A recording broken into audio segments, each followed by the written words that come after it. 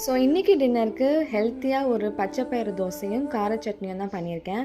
பச்சை பயிறு தோசைக்கு கொஞ்சம் காரமாக இருந்தால் தான் நல்லாயிருக்கும் சைட் டிஷ்ஷு. ஸோ அதனால் கார சட்னி தான் அரைச்சிருக்கேன். எனக்கு கிச்சனை பொறுத்த வரைக்கும் தோசை மாவு இல்லைனா ஒரு கையே இல்லாத மாதிரி ஃபீல் ஆகும். ஸோ எப்போல்லாம் தோசை மாவு காலி ஆகிடுச்சோ அப்போல்லாம் இந்த பச்சை பயிறு ஊற வச்சுடுவேன். இது அரைக்கிறதுக்குமே ரொம்ப ஈஸியாக, அட் த சேம் டைம் நல்ல ஹெல்த்தியாகவும் இருக்கும், டேஸ்ட்டும் நல்லா தான் இருக்கும். எனக்கு இப்போல்லாம் நேரில் போய் வாங்குறதை விட ஆன்லைன் ஷாப்பிங் பண்ணுறது தான் ரொம்ப ஈஸியாகவும் இருக்குது, கன்வீனியண்ட்டாகவும் இருக்குது. என்னதான் ஃப்ளிப்கார்ட், அமேசான் இருந்தாலும் எனக்கு ரொம்ப பிடிச்சது வந்து மீஷோ தான். கம்மியான ரேட்லேயே நல்ல குவாலிட்டியான ப்ராடக்ட்ஸ் கிடைக்குது.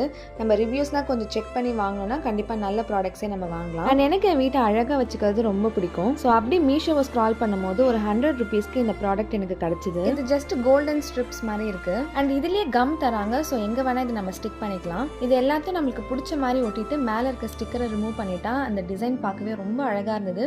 பிளேஸே நல்லா பிரைட்டன் அப் ஆயிடுச்சு.